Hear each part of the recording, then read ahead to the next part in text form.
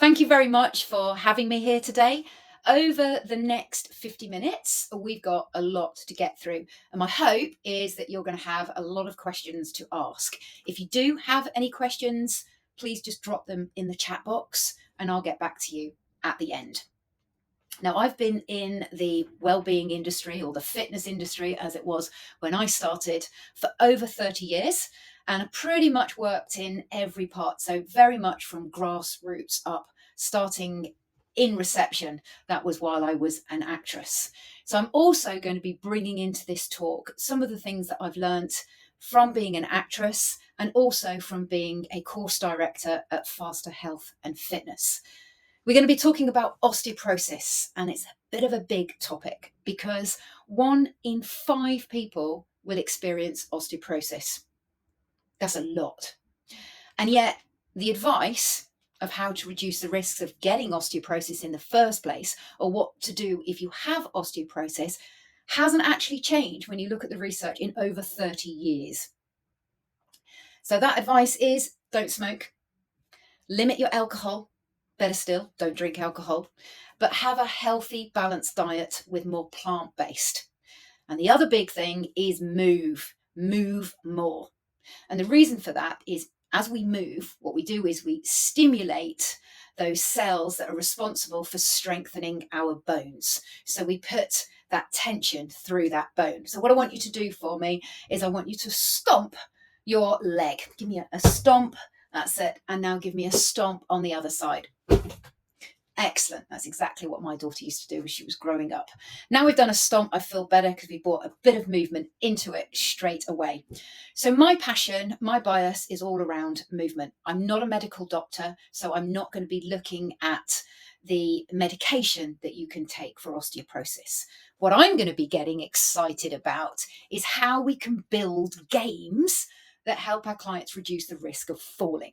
How we can produce games that help our clients improve their motor learning skills, how they can find what makes them feel strong, what makes them feel powerful, what improves their balance. And my hope is that some of these games you can take away and use, or at least you've got an idea of how you can go back, talk to your clients and find out the things that make them light up, that they love, and use that to formulate some of these goals. So you might go back to some of the games they played as school kids, or games that they've played throughout their life that are important to them.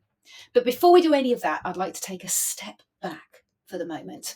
And I'd like to look at what happens behind the scenes before any form of movement takes place. So what happens even while you're sitting there and listening to this talk and I'm sitting here, we're both getting information the whole time. Currently, I'm getting information that there's a bright light behind the little light that I'm looking into on this computer. I'm also getting information that kids are playing at the school opposite. So they must have some sort of after school party on. You might also have information about how hot or cold it is in your room. If, like me, you've got your dog sitting at your feet, little Lola, I'm hoping that she doesn't do a little whiz pop. If she does, I will definitely get some information that crosses a threshold. And that's where we get our little star. And this threshold means that something goes in me and I get a chemical reaction, a muscle contraction. And at this point, I get an emotion.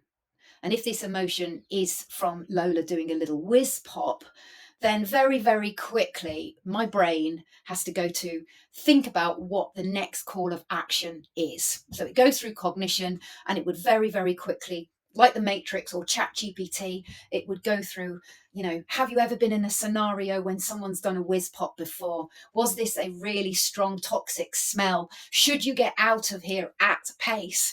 And the action I take will create this feeling. And this feeling will reinforce whether it was an opportunity, bacon, or whiz pop, I'm getting out of here, or I freeze, fright, and flight. And this is what happens before we move and we get this feeling. And then from this point, our central nervous system learns, and then we need less information, less from our senses. and we will get this trigger quicker, and we get this emotion to move, it goes to cognition, and our brain goes through the scenario. And in this case, it might be someone throws a ball at me, and I go through all of these options. Oh, do you remember when the ball hit you in the face and you ducked? Or it might be, do you remember when ball was thrown to you and you caught it and it was so much fun, and you then spend the next hour playing catch with a friend? Opportunity. And this is really important because as people that work in the well-being industry, as movement coaches, we get to change and influence the feelings that people have. And these feelings build up and they ultimately change the experience someone gets. So when I was an actress, people would come to the theatre and they would get an emotion, and I couldn't guarantee the feeling they got of it. But if those feelings were positive and supported, it was an opportunity. The experience they left with was ultimately one that they wanted to come back to. And as a movement coach, that is the golden key. We want our clients to be able to come back. No one deadlift has ever changed anything, but consistency, coming back, learning new skills, that's what we want. So we want to really make that an environment that's inviting. Now, this is also relates to experiencing pain, anxiety, or how we help our clients overcome fatigue and get their performance gains. And for anybody that wants more information on that, then you can find out a little bit more about motor skill application specialist afterwards. But for now, I want to get us moving. So the first games you've probably ever played would be as a child. You might have tried to reach and touch your parent's face, or that beautiful early learning task of coordinating your muscles to learn to walk, which is, by the way, one of the most challenging balance exercises, because ultimately what we're doing is tripping from one foot to the next.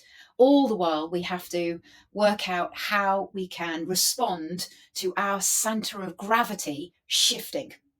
And as we do that, we might fall on our bottoms, but luckily we've got someone smiling and grinning at us saying, come on, come on. So you fall on your bottom and you get back up again. And that's cool because at that age, when we're young, our bones are nice and porous, and that allows us to move and grow. So we don't get too many problems from that.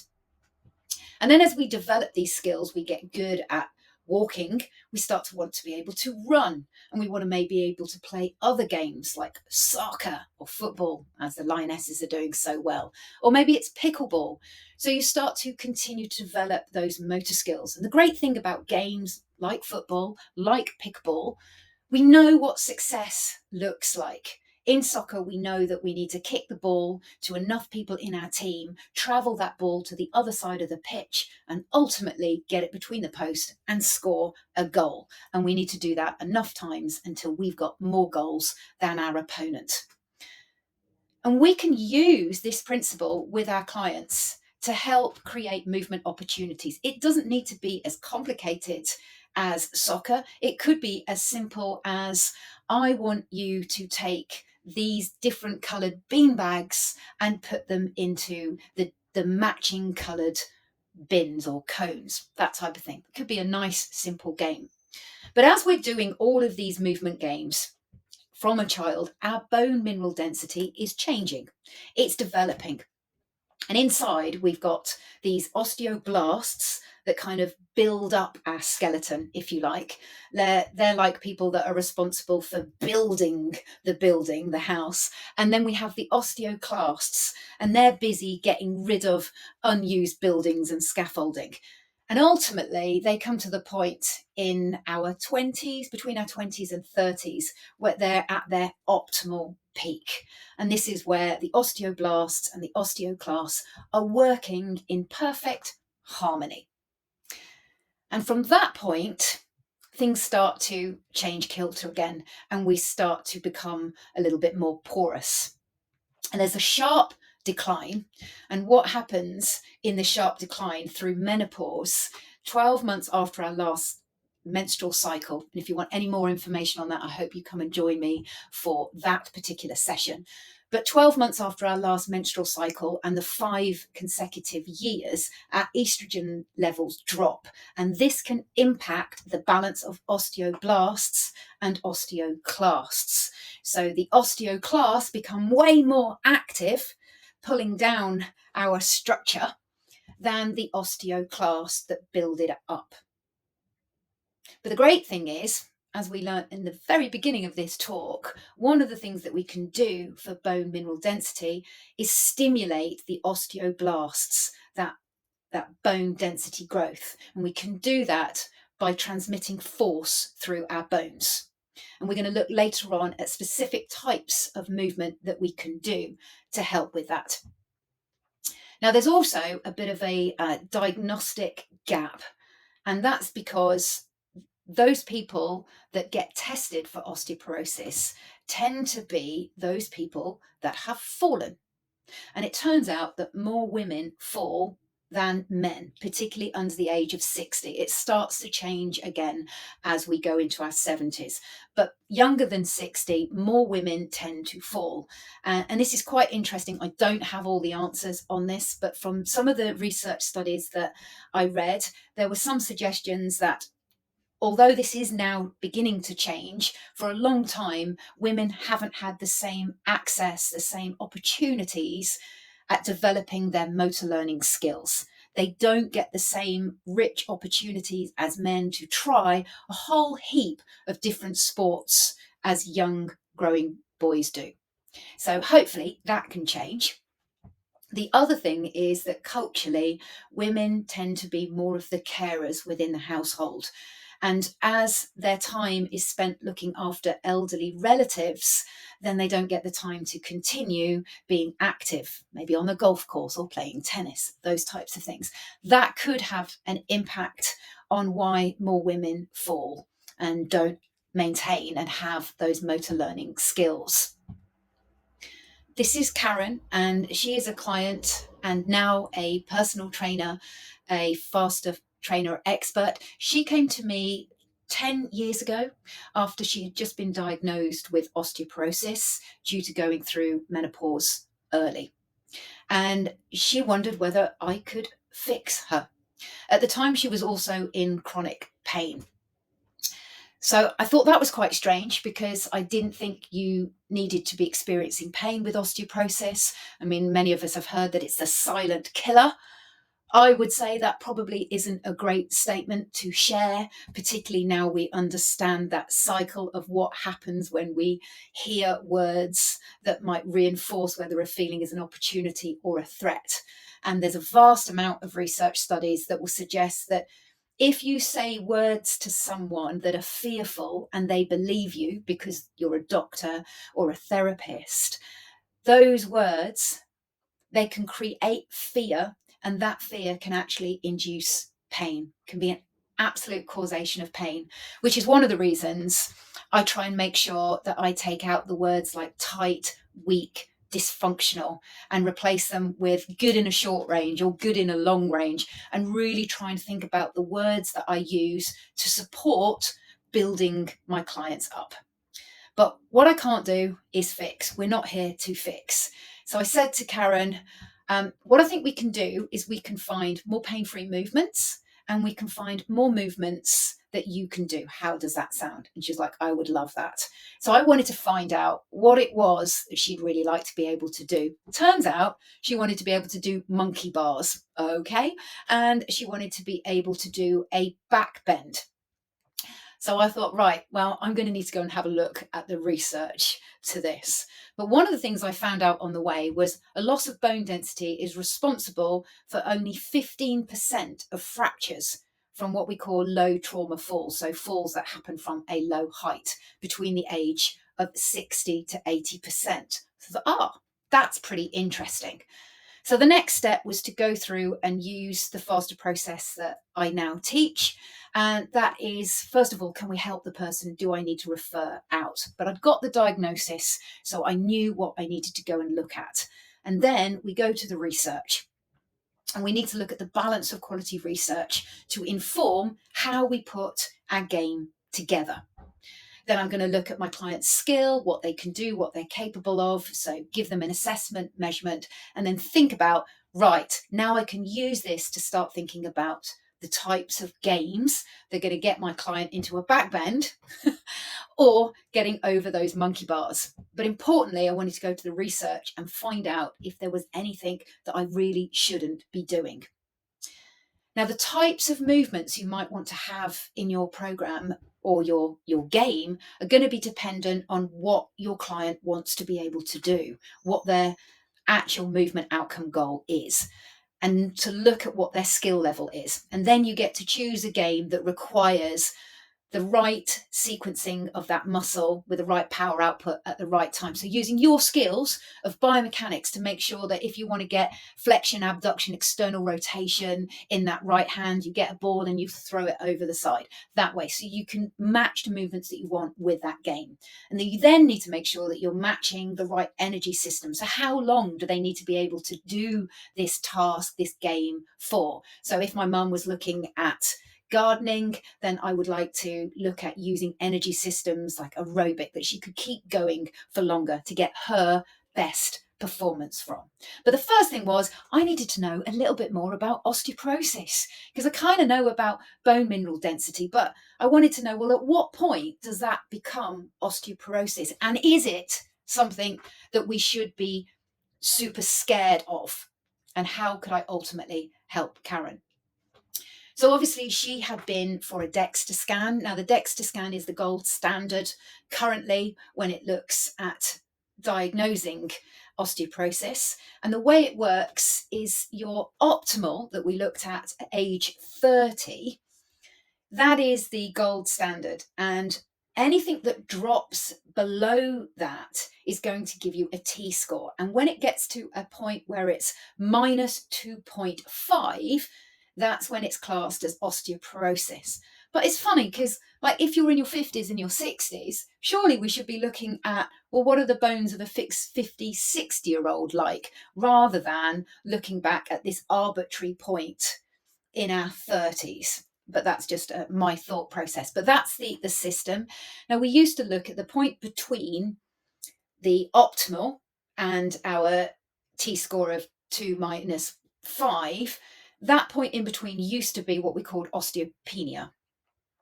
But medically now we don't use that term. That's no longer used. But that is now just called a bone mineral density loss. There's also a new form of diagnosis that seems really interesting. And what it looks at is not only the T-score, but it's got a way of looking at the quality of this porous bone, because you can have porous bone that is strong, and you can also have porous bone that is more brittle and more likely to break. So finding out in more detail that although you might have lost bone density, that actually this porous bone is still quite strong could be quite positive. I will say there is a lot of money to be made in diagnosing osteoporosis, just for an FYI. So that's always worth watching out for. I think it can be very, very useful, but that would be person dependent. For the person that goes, I've been diagnosed with osteoporosis, I've been diagnosed with osteopenia, I'm going to make sure that I move more, that I make sure I never ever smoke again, and I'm going to have more plant-based food. Fantastic. Then that is absolutely awesome. But on the other hand, if it's someone that thinks, oh my goodness, I can't believe it, I've got low bone mineral density, I'm too afraid to move, that's not going to be a good thing, because that can make us more frail, and then we stop doing the very thing that we need to do, and that's stimulating those osteoblasts. And so as I move on here, it's really important that we get people moving. And I chose this image because as this woman is stepping up on the step, we have the trainer who obviously cares about her client holding her hands. But if we think about that process of reinforcing whether something is an opportunity or a threat, it could be that to this woman, by having her hands there, it actually makes her feel more insecure, more frail, and maybe makes her think that she's got to really focus on every single movement that she makes. And it was interesting because I did come across some studies by Dr. Tim Masterson, and what he looked at was those people that have fallen tend to start to panic about moving, obviously, and they become what he calls high investors. So they're really concentrating and focusing on every step they make. But by doing that, it meant that they actually made more errors. They predicted steps to be higher than they actually were. And what that meant is they tripped more frequently afterwards. And on the flip side of that, it would be better if we could create a game or an opportunity where someone could get back to learning in a way where they're not focusing on internal coaching cues or thinking about their knees being in line with their toes or the steps that they're making, but they're unconsciously just organizing their body. So for example, what we might start off with someone who's fallen is a simple game where we've used chalk to draw a ladder, and we ask our client just to step over this ladder. And we've reinforced that there is no danger here. It is on the floor. They know where the floor is. And then what we can do is we can get them to step over the ladder whilst they're looking ahead, step over the ladder while they're talking to us. And by doing that, we start to build their confidence, and they're organizing it themselves. So they're less likely to make a mistake. There was another interesting study on if somebody's walking and you talk to them and they stop, they are more likely to have a fall within a 12-month period.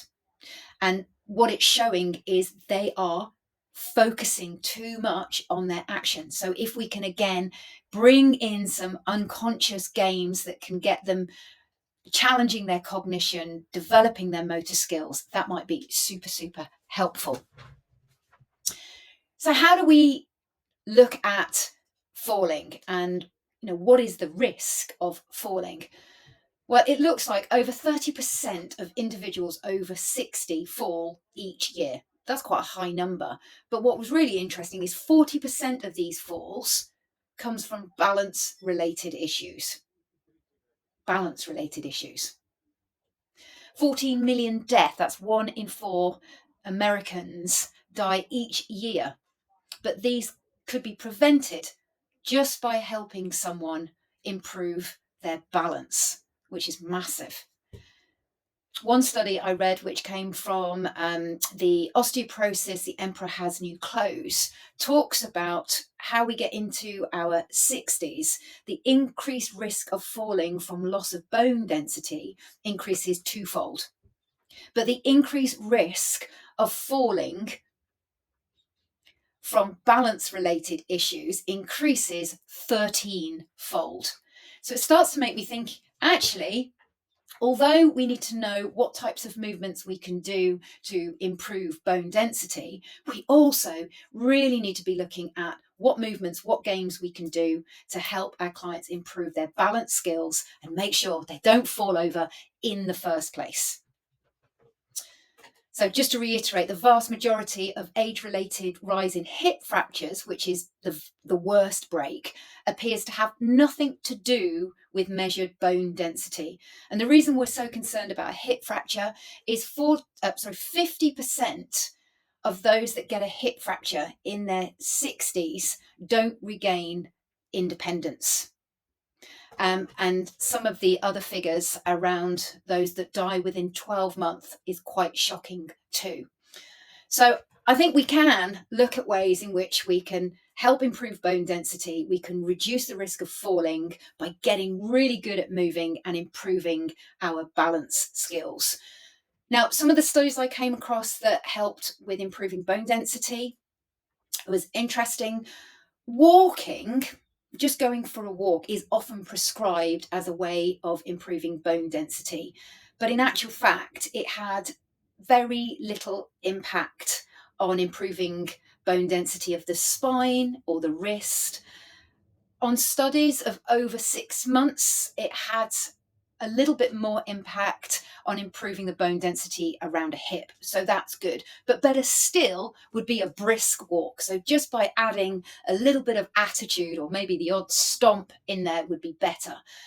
Things like running. So strength training, resistance training, moderate to intense activity, impact is good. That comes with a caveat that if you have already been diagnosed with osteoporosis, you may want to start gentle with these types of movements to build confidence.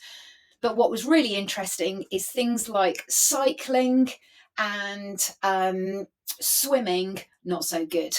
The other one that I found really interesting was vibration. So that is being used a lot as a way of treating osteoporosis and trying to build bone mineral density. Unfortunately, there were no studies that were robust enough to suggest that that is accurate. There were some studies that were on low numbers that did suggest it was quite good for improving your balance. So maybe that might be useful in that department, but unfortunately not so good on building bone density. But how do we go about reducing our risk of actually falling in the first place? Apart from don't get unlucky, don't trip over the weight that's on the floor. If you've had any previous falls or your skill level. So the first one being unlucky. My son, he's away at the moment. He's only 23, but his first night in a hostel, he slipped on a slippery floor in the bathroom and dislocated his knee. So you might want to check that flooring in bathrooms isn't slippy. If you're looking after an elderly loved one, you might want to check that there are no carpets that are coming up or mats, that type of thing. Check their vision. Again, that can be something that could be so easy to prevent something unlucky like tripping over something.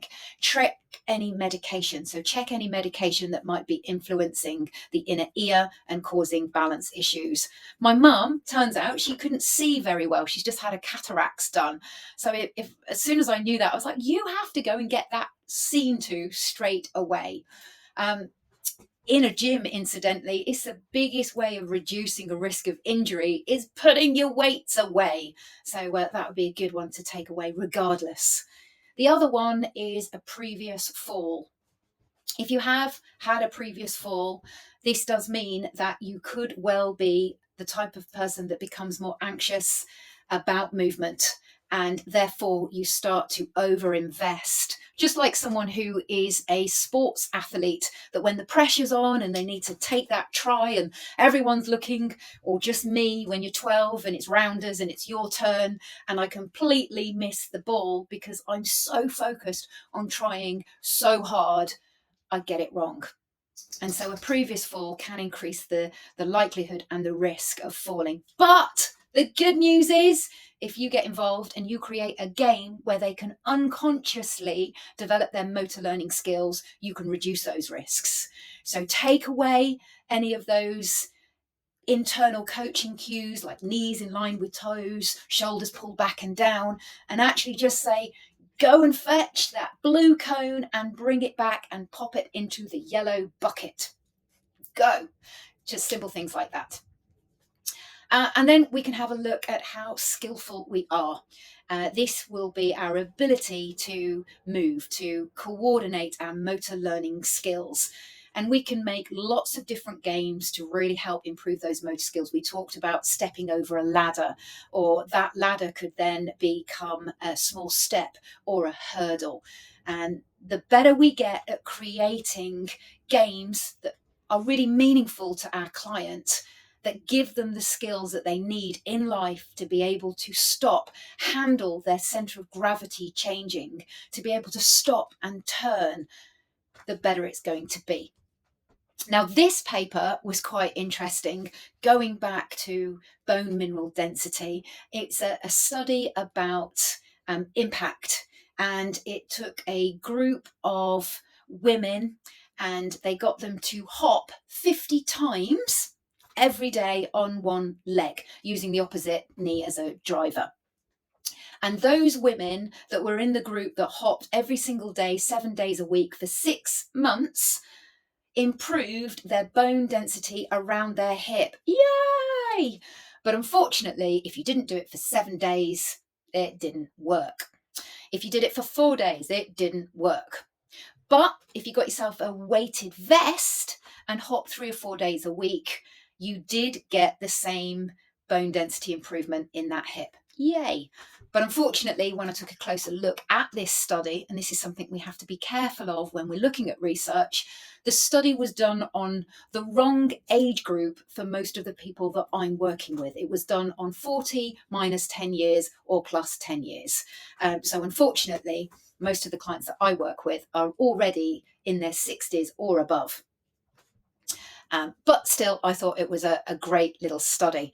But from everything that I've read, to improve our bone density and reduce our risks of falling, we want to be able to find out what makes us feel strong. Lifting is great. Resistance training is great. But it could also equally be body weight training. It doesn't have to be that you've got to become a power lifter or an Olympic lifter. But if we can lift our body weight, if we can push and add some stomps into our movement, add some intensity, that's going to be great. Gameplay. And here I'm really focusing on ways in which we can develop our motor learning skills and get a little bit of intensity into our lives. So pickleball might be great, soccer, those types of things. Even if it's walking soccer, as long as you're kicking a ball and you add a good stomp every now and again. There was another study I looked at on Tai Chi, and that seemed to be really good. And I think what it was about was more that there's a lot of movements in Tai Chi where you have to respond and react to your change of center of gravity. So having that combination of strength resistance training, impact, intensity, moderate to intense, and developing those motor learning skills are going to be really, really good. So they need to be in our games. But most importantly, we need to connect with our client. So we need to have amazing listening skills. We need to know what our clients love, what they love to hate, what makes them go, oh, that's exciting, what makes them go, oh, I'm not doing that. We need to know as much as possible about our client, and we need to know what excites them to move, because this is what's going to feed the game that you play with them. To start our games, we've got this simple process. We look at what would success of this game be. For example, when we looked at learning to walk, a simple success of that task would be if we got from A to B. So it doesn't have to be complicated, it just needs to be clear. Success could be, can we get all of the apples out of the bucket? Success could be, can we throw all of the bean bags to different cones that we've got set up? Success could be, can we navigate over the different lines without stepping on them? Success could be, could we navigate around the cones or over the hurdles? We need to have clear targets, either targets that we want to get to or targets that we're using in order to do something. So for example, if I wanted to make sure that my client got their bottom excited, that I want to get them into flexion and adduction and internal rotation in as many different ways as possible. But rather than saying that, what I might want to do is say, I want you to get your hand, use your hand, and what I want you to do is I want you to reach down to your opposite foot, and I want you to touch the cone that's by your toe, the cone that's by the side of your foot, and the cone that's at the side of your ankle. And by doing that, we're using our biomechanical skills to make sure we load the glute, they can get in and out of that movement. If we found that their knee bailed out and they came off the glute, well, then we might want to add a different target. Maybe we want to add the opposite hand going over the top at the same time as they reach forward and touch the cones. We could be using the target of our nose to move, our elbow, our shoulder. And if you've got any games that you remember as a kid, musical statues, musical chairs, those types of things, crawling games, maybe you want to bring those into it. Better still, if you find out there's a game that your client used to play and you can adapt. Adapting a game to either get your client to transfer their body weight and practice that ability to work on their balance or an adapt a movement. So maybe you ask your client to stand up and you throw a weighted sandbag that's going to change in their hands, and their body is going to have to respond to it. And you might adapt by changing the position that you throw the bag to them from, or you might get them to stand on one leg. So now their body is having to adapt to the external force that you're putting onto them. The next part of our games is giving them the opportunity to respond.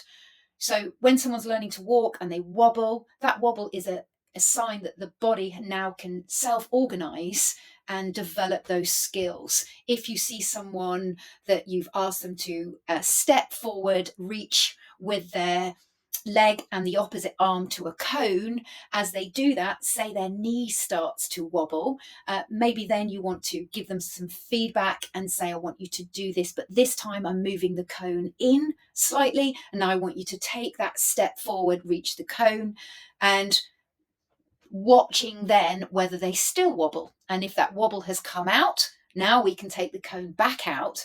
And this time, if they're able to do it, their body has self-organized and found that success. The throw off, this is important for someone that's mastered a skill. We want to start to add in different challenges and progress it.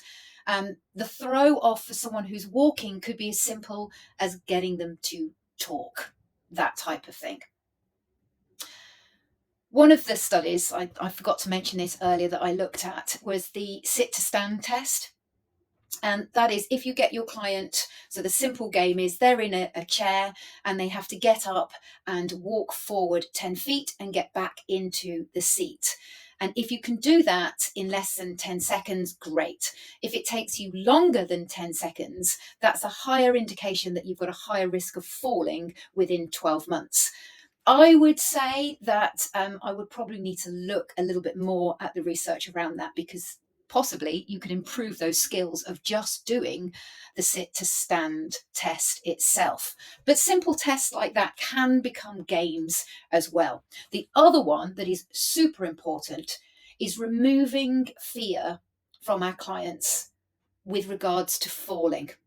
So this might not be applicable to somebody who's in their 70s or 80s, teaching them how to fall, unless you can get hold of the hip protectors and have them on padded floors. But if you're working with younger clients, get them learning how to fall straight away.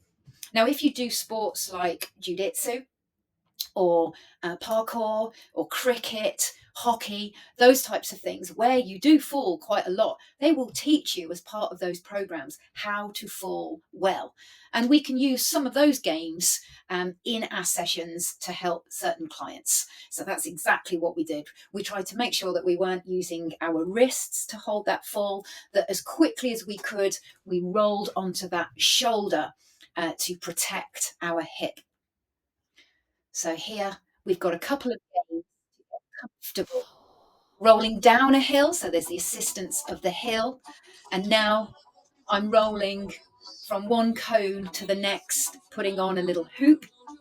Uh, that was my client Raf, and he has MS and polio. And one of his biggest fears is falling when he's on his own, and also because his kids tend to leave Lego lying around. So I put cones out, little bits of Lego, so you have to try and navigate those as well. This one on the floor just helps get someone comfortable rolling from one cone to the next. So success was easy. I knew that I was successful if I managed to get the hoop over the cone.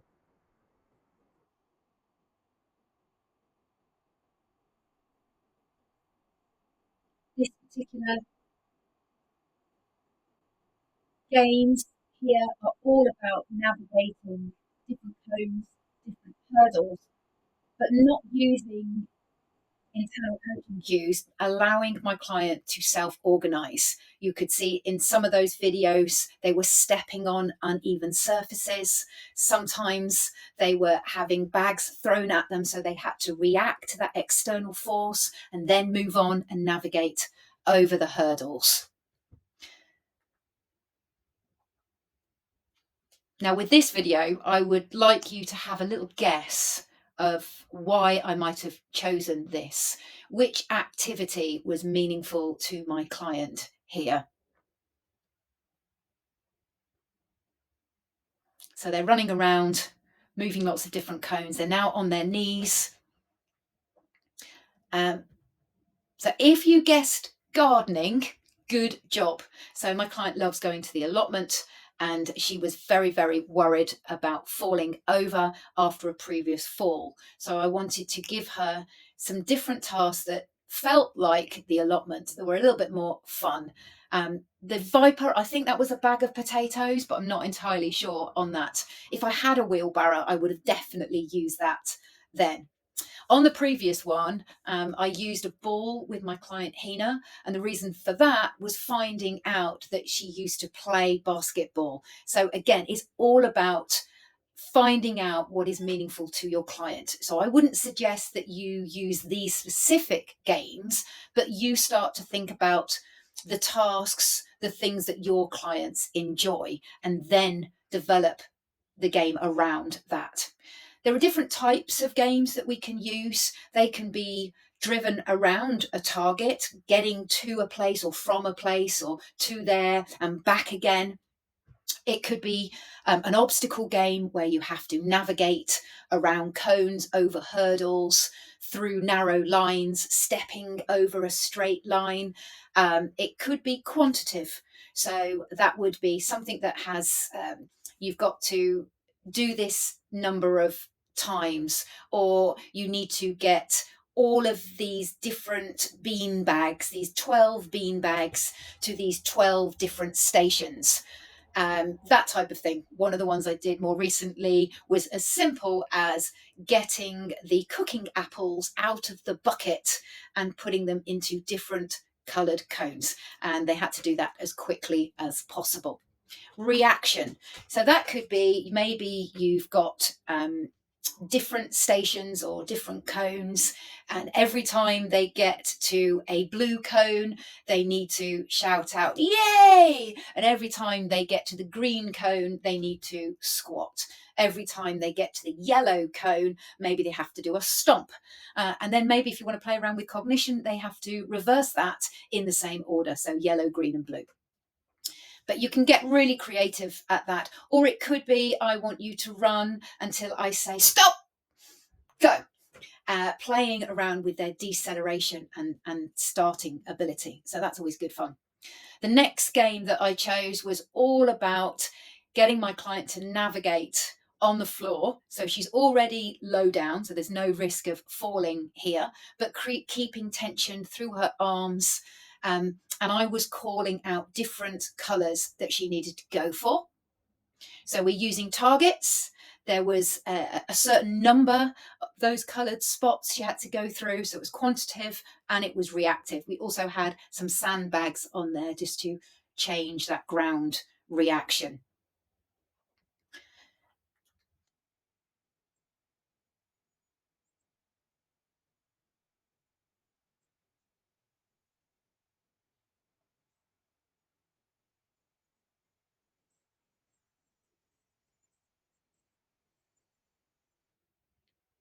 So here, this is actually Karen, who was the client who came to me 10 years ago, and she is now sharing games with her clients.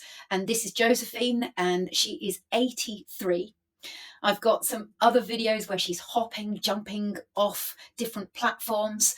But here, Karen is using the targets to get her to step forward, reaching the ball low to get more dorsiflexion in that foot and ankle. And interestingly, what she did do when she got her client to move forward with the right leg, I think she must have noticed that her knee slightly bailed out. So she changed which colour Josephine should drive the ball to. So very specific adaptations can be made to that game to get them to get specific benefits that you want. Now this is moving back on to Damaris, who was my client who fell. And this is a year after breaking her patella.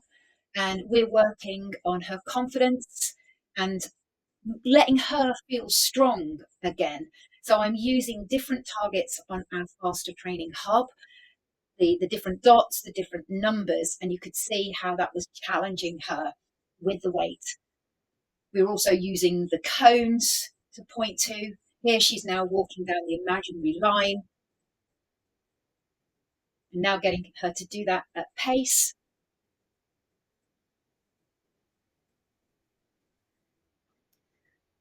Then we did her favourite thing, which was boxing, but we kept the boxing gloves on to then go back to this particular game where she had to hit the different cones as quickly as possible, getting her to accelerate, decelerate, change direction.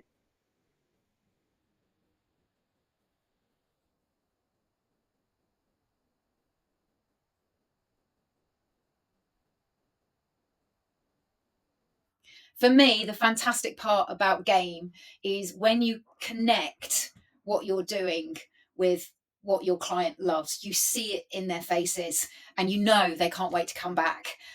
So it's just a fantastic experience. This is one more client because it's not all about women. In fact, when we get into our 60s and 70s, men also start to fall more, and that's when they start to get diagnosed potentially with osteoporosis. But it's the fall that's the issue. So here, Karen is giving her client Bob a few little more intense activities, getting him to do a little bit more high intensity, developing that bone density. So there's just one more to leave you on because we started off with Karen wanting to do those monkey bars that she nailed at the beginning of this video. She thought she would never be able to run because she was afraid due to the osteoporosis. She's doing her back bends, handstands, but she's strong. And the best thing is, she's now inspiring other people to reduce their fear. And I hope that this talk has given you some new ideas. And now you're thinking, oh, maybe you remember a game from playing improv when you were younger, or maybe you remember a game that you used to play as a child, and you're now thinking, oh, I could maybe adapt that. And maybe you're thinking, oh, yeah, I could actually use that to make sure that I get my client to use more of their core. Maybe it's throwing a bag behind them, but you get to go away and be creative. If you want to learn a little bit more about how to get to know your client well enough to use and find the right movement at the right intensity at the right time, then please feel free to reach out to me. But the last thing I'd like to remind you of is that even fragile bones very rarely break without a fall.